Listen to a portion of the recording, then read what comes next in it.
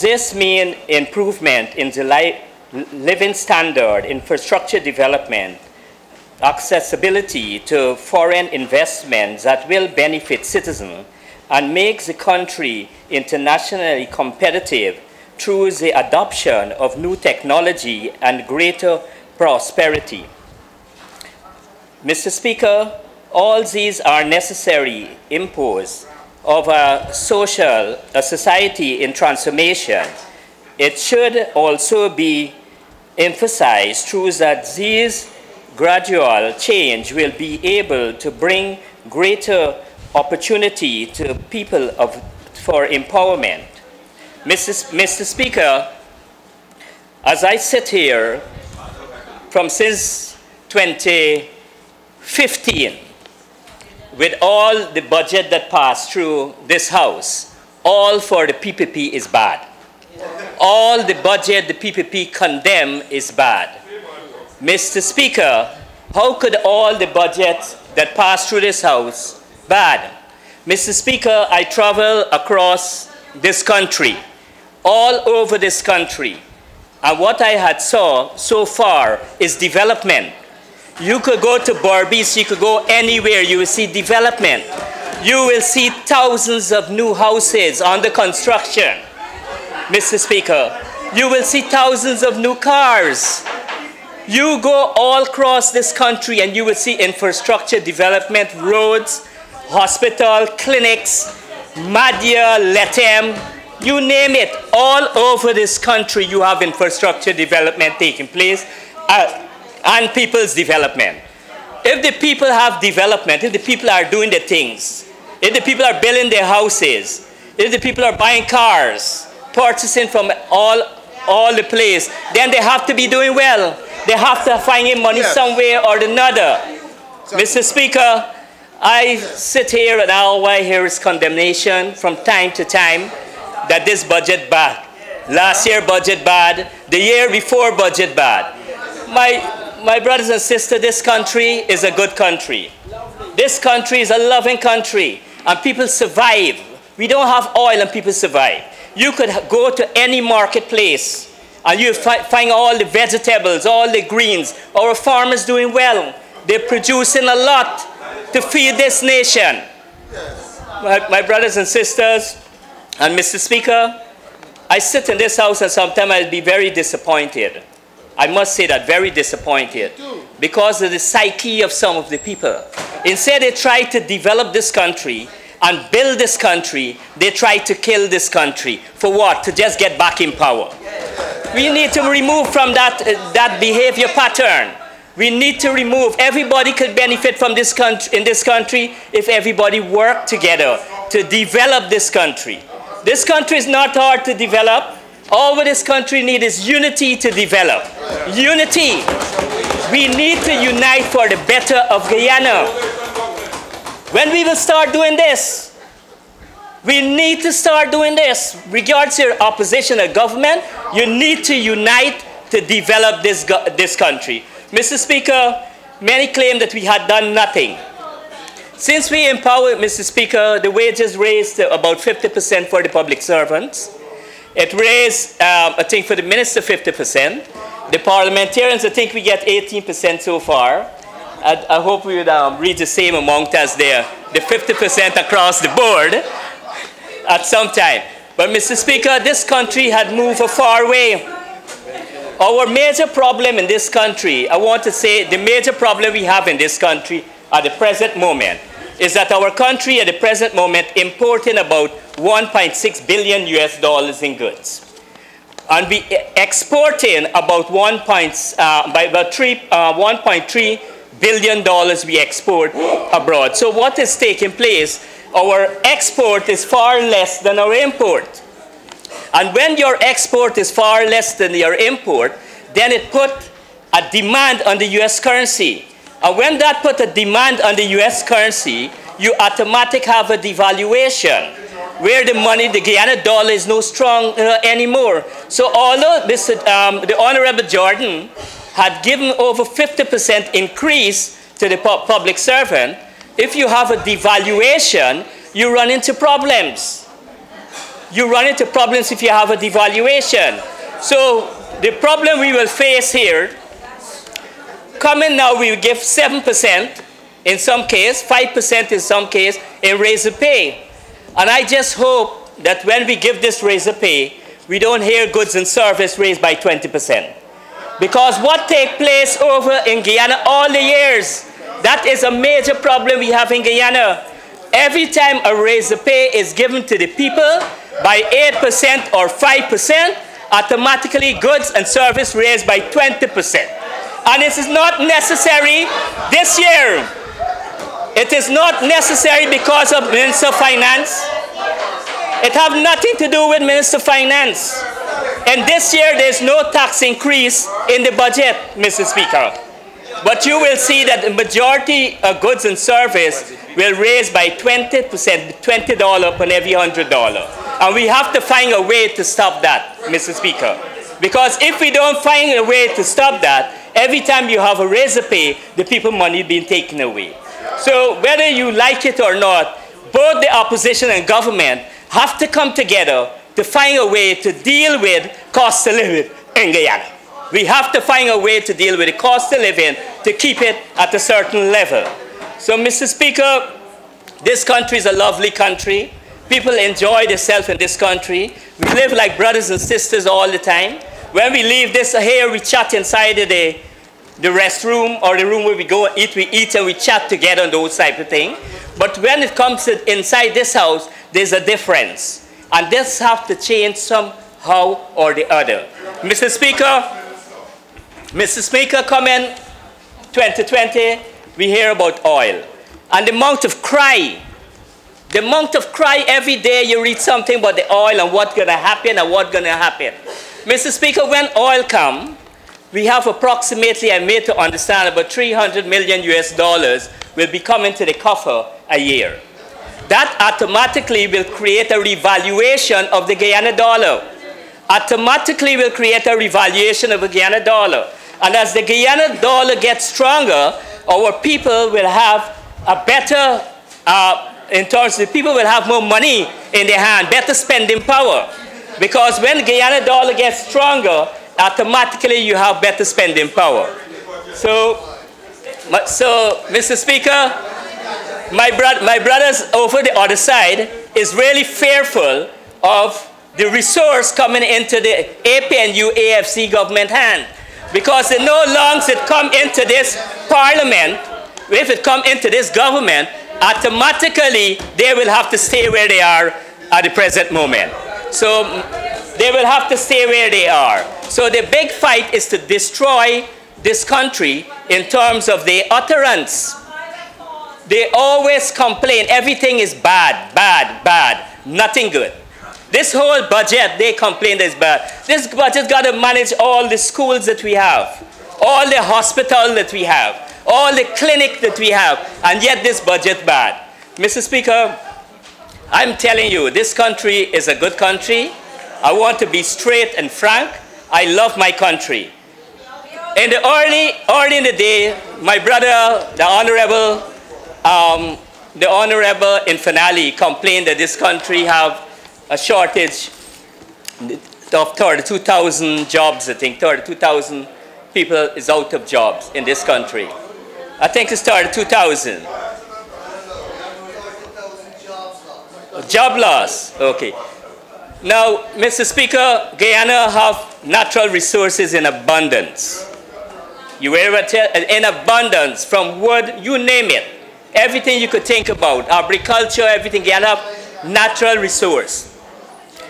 But it takes skills, it takes education and skill to put those natural resources into, into finished products. So we have to educate our children in the area of technical education across the board. So the Ministry of Finance have a lot of money this year, a lot of money, and a lot of that money will be going into that area of technical education to create jobs for our people. So, Mr. Speaker, I love my country and I will work for my country. Mr. Speaker, Mr. Speaker, as a proud resident of Region 4, Demerara Mahaika, I can say that the allocation of $7.2 billion for 2019 will indeed continue to advance the region development. Through Georgetown is North Guyana, much depends on what we do in the city for the image of Guyana. Since 2015, when Guyana was blessed with a change of government, Georgetown started to change. No more major flood. At this point, I would like to wish the new mayor and deputy mayor and council of Georgetown all the best in the future. Mr. Speaker, at the passport office, no more lines.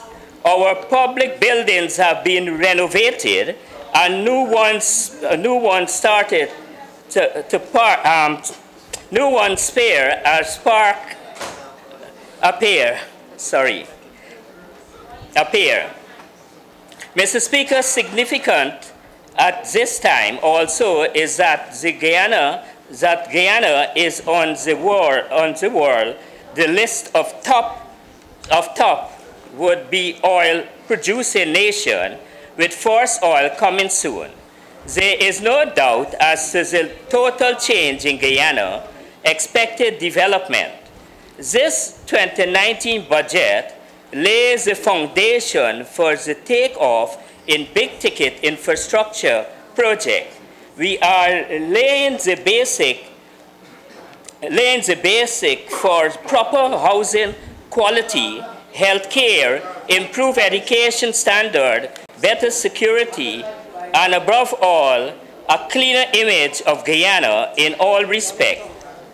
Many communities have been without proper roadway or without any for as long as could be remembered. Now construction and upgrade are ongoing program that will provide proper roads at Diamond, Friendship, Victoria, and Grove in 2019. Mr. Speaker, there is even more street illumination that give a brighter environment while ensuring better physical safety. Mr. Speaker, most part of Sophia routing into Patterson and Cummins Lodge area now boasts improved roadway and street light. And this has been for the first time since the entry into government of the APNU-AFC coalition government. This extends also to service from Gaiwa, with some communities such as Sophia, many communities along the Soesdijk-Linden highway and on the East Coast corridor, now being able to access water for the very first time, calls this service to the people without discrimination of any sort.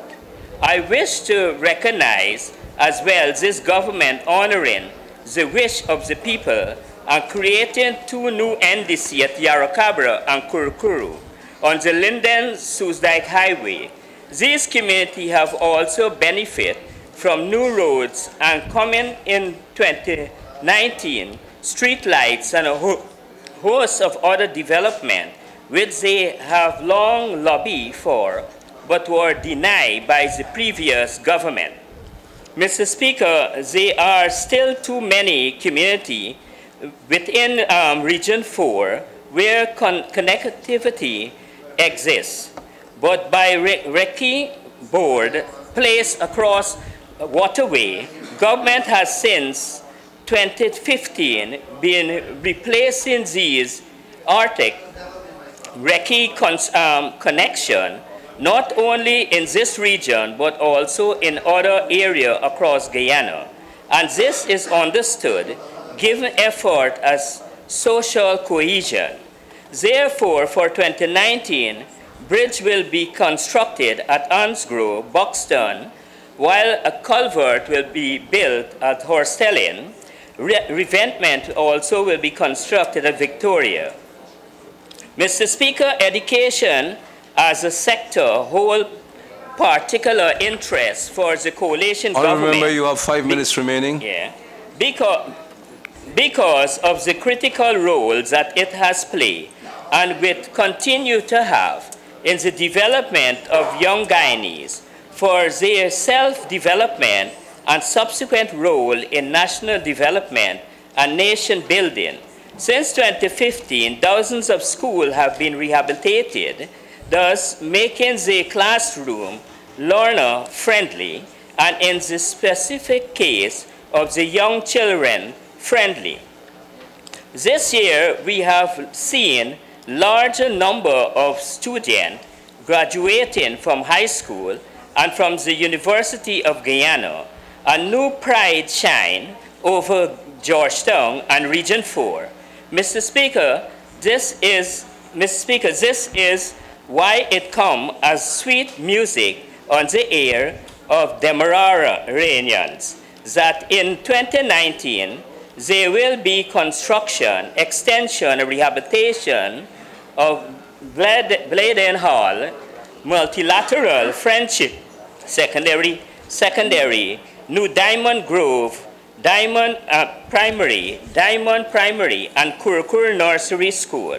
Mr. Speaker, I am certain that citizens, especially parents, will also be pleased to be informed that the construction of school at Craig on the east bank, Demerara, on the east coast of Corridor, will be completed in 2019.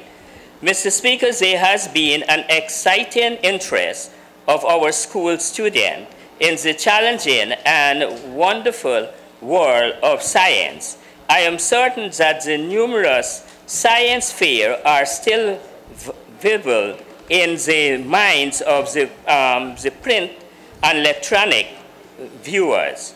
Given the advance of oil and the fact that this is a science-based technology, it is commemorable that our government has been encouraging young people to become involved in science. Mr. Speaker, the provision in Budget 29, Region 4, allocation for the construction of a science laboratory at the St. Cuthbert and Anne's Grove Secondary School is future evidence of the government's support for this very necessary aspect of science and technology development.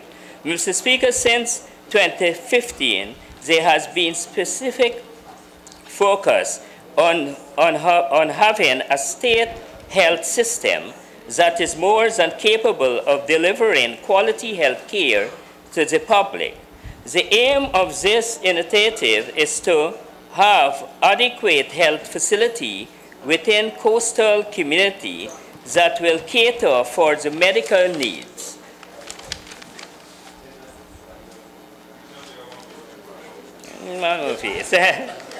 Just there you go. Just there to that. Our citizens within the immediate area, thus preventing them from joining to the city, therefore reducing the rush on the central health system. Mr. Speaker, in this regard, Health Center... You have 2 minutes remaining. Thank you. Mr. Speaker, in this regard, health centers will be constructed at Supply and Diamond Grove on the east bank Demerara, while there will be extension done at the health center at Clonbrook, Tamari, and Susdike. Mr. Speaker, these are indeed the key areas that are vital to any country's quest for proper social economic development that will eventually lead to the quality life for its citizens. The work on the card for Region 4, which has the highest concentration of all of our race and people of different ethnicity and culture, will benefit all of our citizens. This means all Guyanese, regardless of race, gender, or political affiliation, will benefit. Mr. Speaker, Mr. Speaker, only a person who has love for condemnation will attack and condemn this budget. Mr. Speaker, I ask of you, and I will say here now that I support this budget 100%, and hoping for the new year to come that we will do well and my bills come up in Parliament for passing the cannabis bill to come up in Parliament next year. So I will thank you, Mr. Speaker, in anticipation that we will lay the narcotic, drug and psychotropic substance bill in Parliament next year. And I support this budget 100%. Thank you.